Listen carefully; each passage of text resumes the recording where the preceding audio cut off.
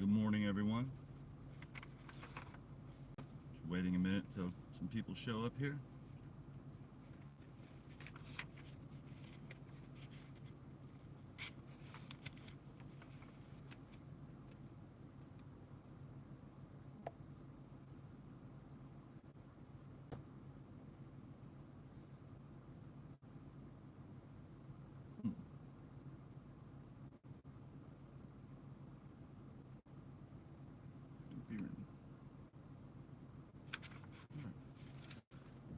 Hey, whoa.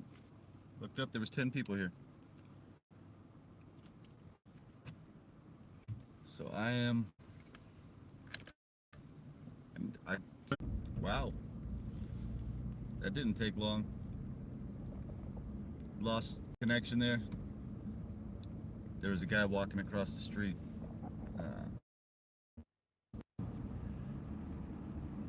There was a guy walking across the street with his shirt off, holding his hand like this, looking at me. Just waved at him.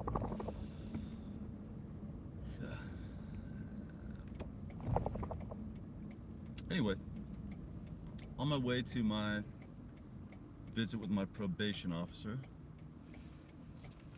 Let's see. Adiyani Akondi, it looks like. I apologize if I'm pronouncing that incorrectly. Let's see here. There goes Highway Patrol. Yeah, Highway Patrol. What are you guys doing? Going down Avondale. Anyway. I've never been to a visit with a probation officer before. This is my first time. Yeah, I lost contact for a bit. Yep. That happens. I guess if you're just patient enough, you regain contact. Keep hitting the reconnect button. Hope that works. So I have to check in with this person today, and they will let me know. Oh, I'm gonna interrupt myself here real quick. When I got done with court the other day, I said something about I'm not going to be doing any more journalism, not going to be documenting this anymore. I had some time to think about it, and I thought, God, what kind of loser, slacker journalist would I be if Tullison Police Department now. Okay, I guess we got PD escort on the way. That's good. Rather have them close by, you know, in case the bad guys show up, right? So, yeah, I thought, man, I would be just a complete loser if I just gave up. I was looking at my my paperwork for the force, and the last position that I held when I left was combat correspondent. I thought, what kind of combat correspondent would I be if I just stopped doing this? So here we are. Here we are. This could be helpful for some people that are going through this process.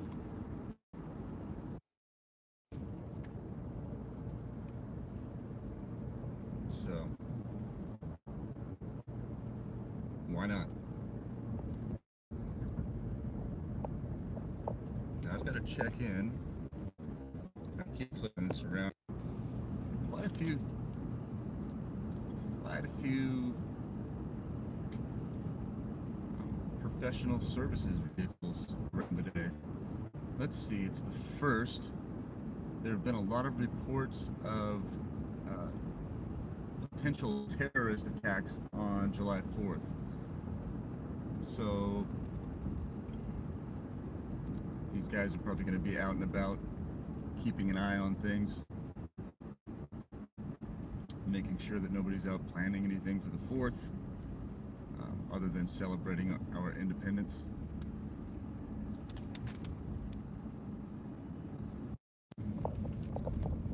and that's fine.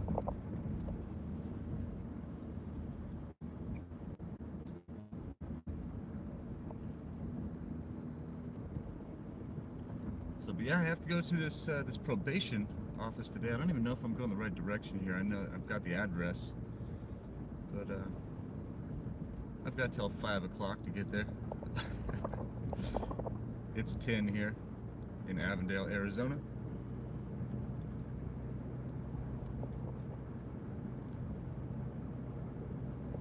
And I'm going to go check in. So apparently the person that works for the probation office makes a determination whether or not the person charged with a crime should be evaluated for mental illness. So of course that kind of makes me wonder. 1457 kind of makes me wonder what their qualifications are. Do they have a degree in psychology? Do they have a degree in psychiatry? Do they what qualifies the probation officer to make the determination whether a person that has been convicted goes to be psychologically evaluated? Police officer today. Let's see, is that Avondale? Yeah, it's no, that's Tolleson. It's the same officer there. So far we've had highway patrol since I left my house. As I was leaving the neighborhood, at highway patrol. Now we have Tolleson at AMR, which is American Medical Response. They're actually connected to Dignity Health, this emergency room I went to a couple weeks ago, a week and a half ago, something like that. And thought that was kind of interesting. So yeah, I'm going to sit down with this person, Adeyemi Akambi, today, and they will tell me if I need to be evaluated by a psychologist. And I could go in there and provide them proof, the 300 plus videos I've made, the contacts I've made with, some of the former intel people, the compartmentalized groups, all this stuff. And just give them everything that I have, and that any rational person would look at this stuff, like my former military service, the groups that I've worked in. I literally worked or met with a group called Soft War, which is a group that basically changes the perception of reality towards the enemy to fight war that way. Soft war.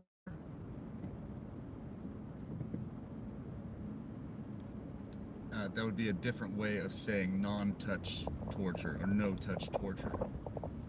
Different words, soft words to make things feel better. But I don't think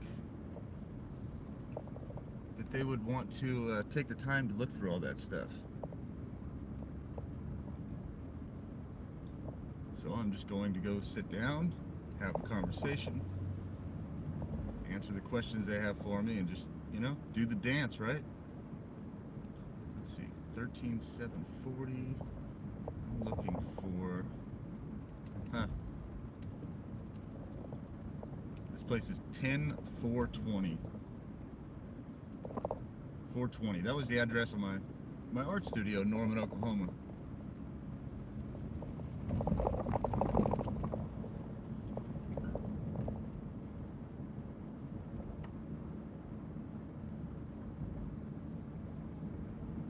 So yeah, anyway, I just thought I would go ahead and go live here. Let's see, 14. Let's see, I'm going the wrong. Yeah, I went too. Sometimes you go too far, you just make a U-turn and go back. Figure it out, right? Yep, that's got to be back that way. So I have been having the most ridiculous dreams lately. I'm guessing stress just brings on these dreams, right? And when you stress and you've got a lot on your mind, I guess your brain just kind of tries to process all of that while you're sleeping. And I guess I'll share this one with you guys. It was really interesting. I in my dream, I ended up back in Clovis, California, where I'm from. Well, I was born in Lancaster, California. Moved to Valencia, across the street from Magic Mountain by the Getty Museum. There for a couple of years, when I was a kid.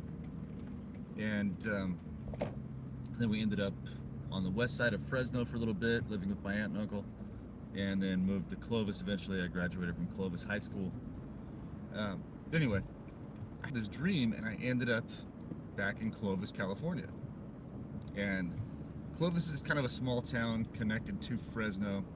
And if you drive out past Clovis, you can go into the country and then end up in the Sierra National Forest. But in between there's some farm area pretty much. People have horses and cows. Some farming, small amount of farming, but mostly cattle, horses, stuff like that. There's some cowboys, no ranching or anything like that, but people do have horses and animals, small animals. So I'm in Clovis. This is in my dream again, remember. I'm in Clovis, and I'm talking to my ex-assistant chief, Ricky Lacey, who I talked about. I think he might have been a target. 4 of us in that fire department. Myself, Ricky Lacey, Alan Martin, and James McFiggin. I'm talking to Ricky Lacey, and I'm telling him that I'm looking for a job. And he's saying, well, go look for a job here, go look for a job there, go do this, go do that. And I was like, yeah, that's cool, I'll go check it out, Ricky. Go check that out. Sorry, I'm looking for the address here. And then while I'm out looking,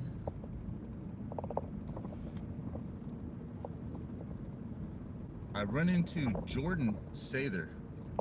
Wow. We've got more PD, so that's Goodyear Police Department right here, and more Goodyear. So here, let's. Oh, they gave him the green light. They gave him the green light. These guys on their way to a call.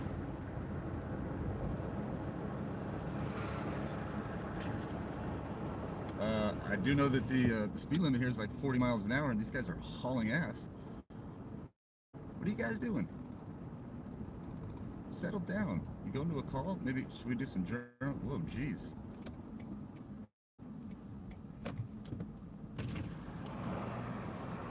All right, so here's Goodyear PD speeding down.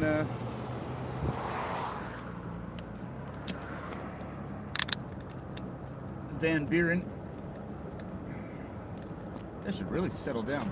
So anyway, I'm in my dream, and lots of distractions. Just got to stay calm and document it, right? So I'm in my dream, and I'm out in Clovis, California, out in the country, and I'm looking for a job. And there's this roadside stand where they're selling things, and I'm not even sure what they were selling, like fruit, vegetables, knickknacks, whatever. And I stop, and I run into Jordan Sather. And Jordan and his family own a bunch of property, like 100 acres, and they've got cattle, and they've got all kinds of different animals on their property, and they've got like these booths kind of set up out in the country where they're selling things.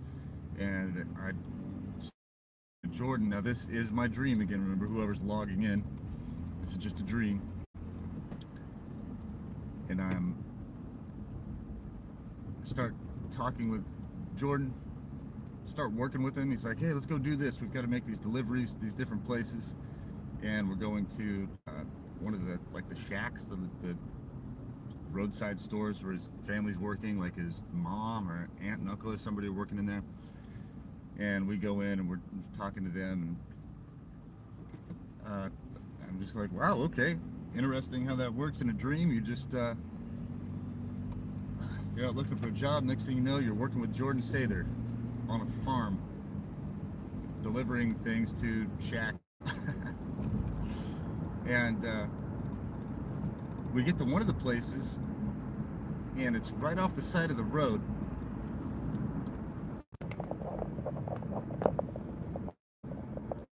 It's off the side of the road, and we get out of the truck, or however we ended up there, and we're walking in the dirt on the side in front of this little shop, and I notice it's starting to get kind of muddy. As we're walking, the mud's like, an inch thick, then a couple inches thick, and 3 inches thick, 4, and then the next thing you know, both of us realize that we're in cow shit or bullshit, horse something, some kind of manure, and we're neck deep in it now. And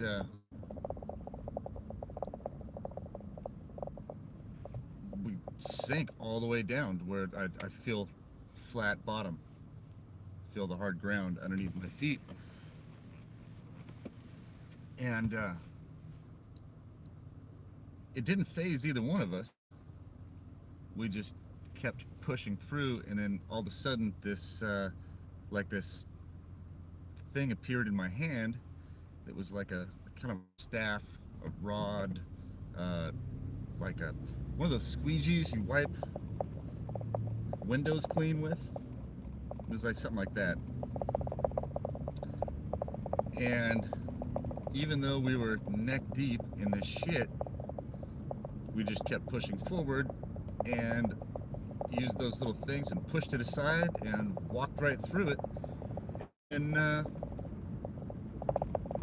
got out onto the road again and looked at both of us, and we were just completely clean, like we had never walked through the bullshit. And it was just ridiculously easy for us to cut through the bullshit. And then the dream ended. So yeah, if you folks don't know who Jordan Sather is, he's a pretty damn good journalist, young guy. I'm sure all the ladies are sending him some DMs. But he talks about, UFO disclosure and stuff like that, anti-vax, a lot of things that he seems passionate about. And it was just interesting that he ended up in a dream.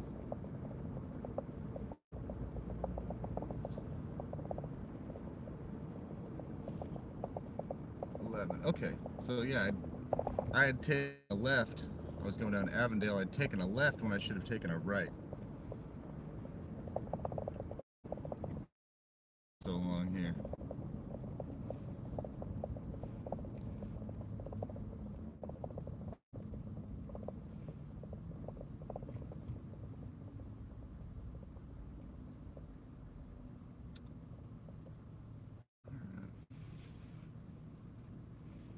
So some of the signaling and covert messaging that I've been getting is telling me when I go see this probation officer, they're going to drug test me, and that I'm not going to pass that, which would be impossible unless they pulled a John Hall on me. They figured out a way to get something in the John Hall system. He had to prove somehow that he wasn't putting anything in his system. I don't know how he did that, but there should not be anything in my system. I drink water, eat food. The only thing you would find in my system is nicotine, this jewel. And No alcohol, no cannabis. Been months. So it's,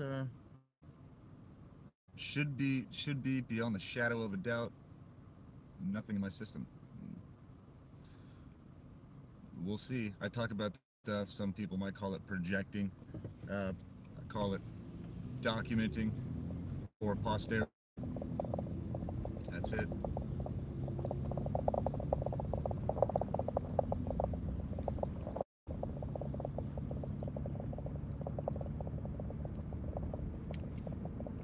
So I think what I'll do when I get here, when I find this place. Oh, here we go. We've got somebody creep here.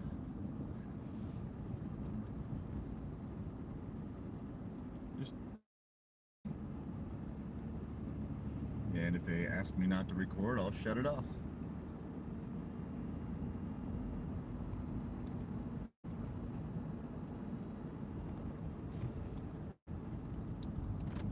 Let's see here. I might have to plug the GPS in so I don't have to interrupt my live stream though.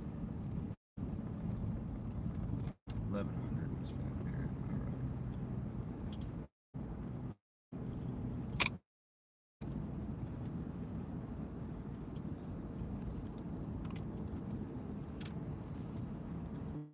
All right. West.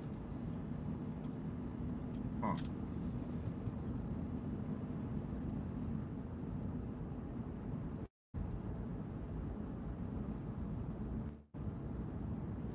It's okay if I'm taking a long time to get here. Like I said, I have until 5 p.m. I have things I have to do. Later, I'm listing phone overheated. So what I did, I took the cover off, took the case off here. It's 100 degrees here in Arizona right now. It's pretty damn hot. It's full of dog hair. Love my dog, man, but that guy sheds like nobody's business.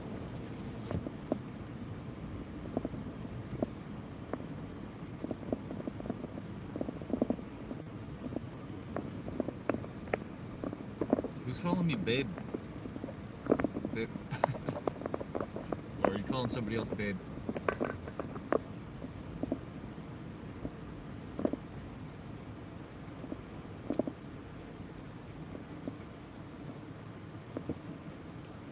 Alright, well anyway, I'm back.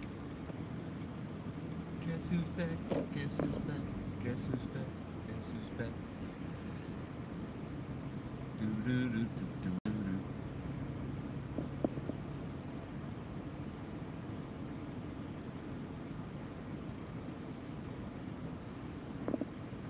297. Huh.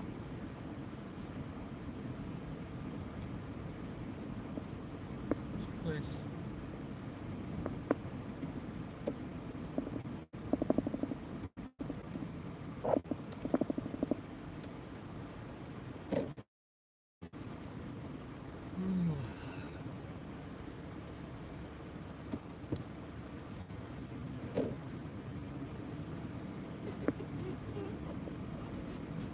Never been to this place, and I'm not looking it up with my GPS. I'm just kind of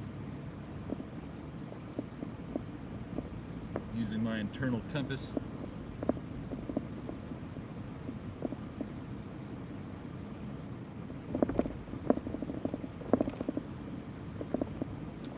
Let's see, 10-4-20.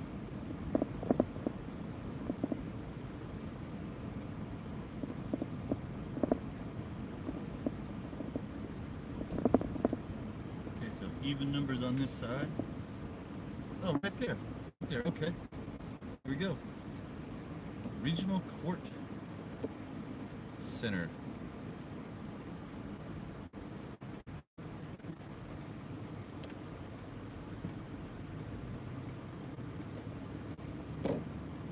Now I'm not going to hold my camera in this person's face because they're just doing the job, right? I don't want to make them feel uncomfortable.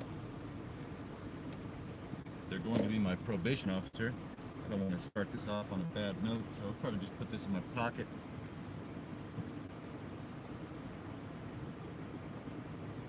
And then we can get some audio. I'm sure the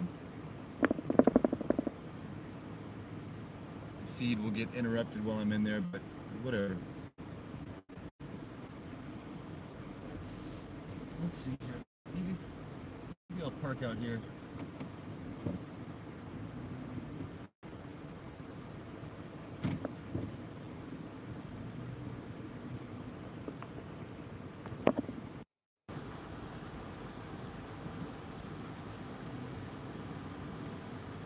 Oh, you know what? This is a federal. Actually, hold on.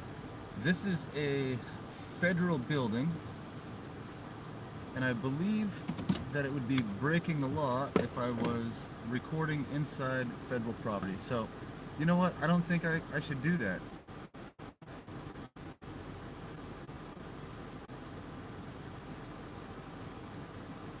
Yeah. All right. So if I were to keep my camera on, I'm filming inside this federal building, then they could charge me with something. And I think I'd rather not push my luck on that. Just go ahead and go by the. Actually, I'll flip this around. Yeah, I'd be filming inside of a federal building, just like the post office is supposed to film federal property. So I'll have to take my notebook, my little orange pen here, take some notes, do whatever they ask me to do here. Play the game, I guess.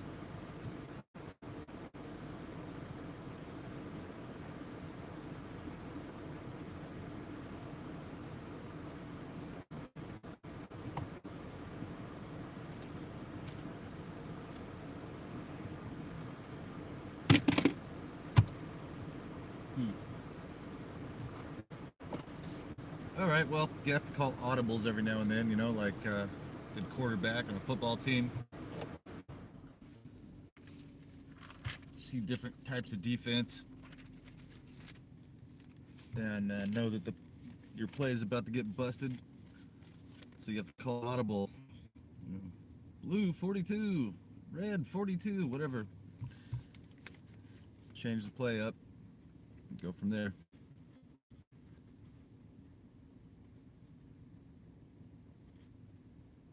Well, there's trolls. There's going to be trolls no matter where you go in life, especially on social media, Facebook, Twitter, YouTube. There'll be trolls. Some people are paid to do it. Some people just have low self-esteem. They have a lot of fear and greed. I think that's really one of the things that that society has the toughest time with, is getting through their fear and getting through their greed. That's it. Yeah, that's it. I'll just end on that note. Wish me luck. If I don't do another live stream here in a couple hours, come looking for me. It's probably kidnapped, but I should be able to just go in here and talk to these people and get my instructions on what to do.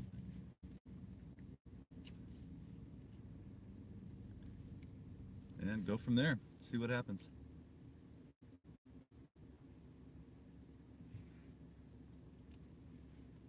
Yeah, that's what I'll do. All right, everybody.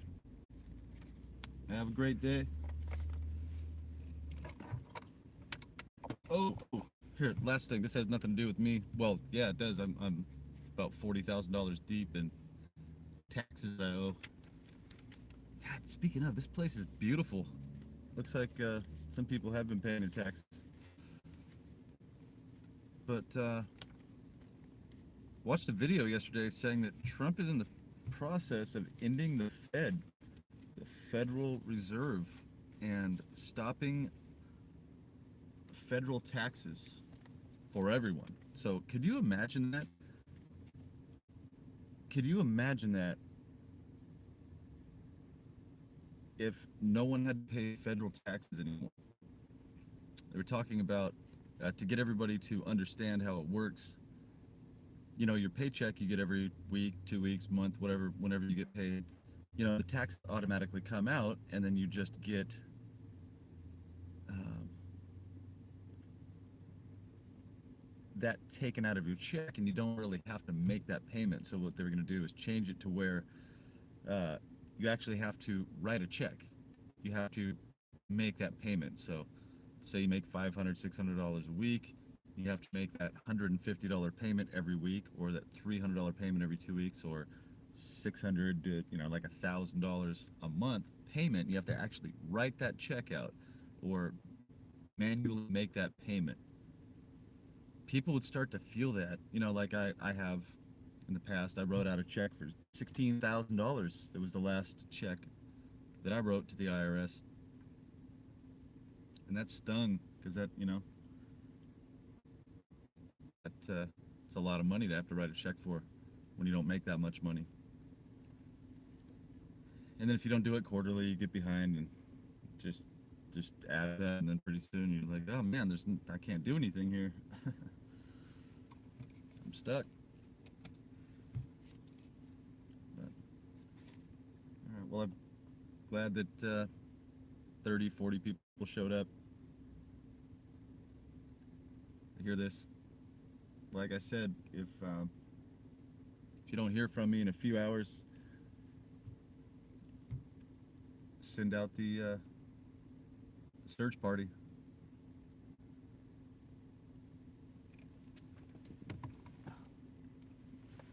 All right, I got to go. Everybody have a good day. 33 watching. I bet they are.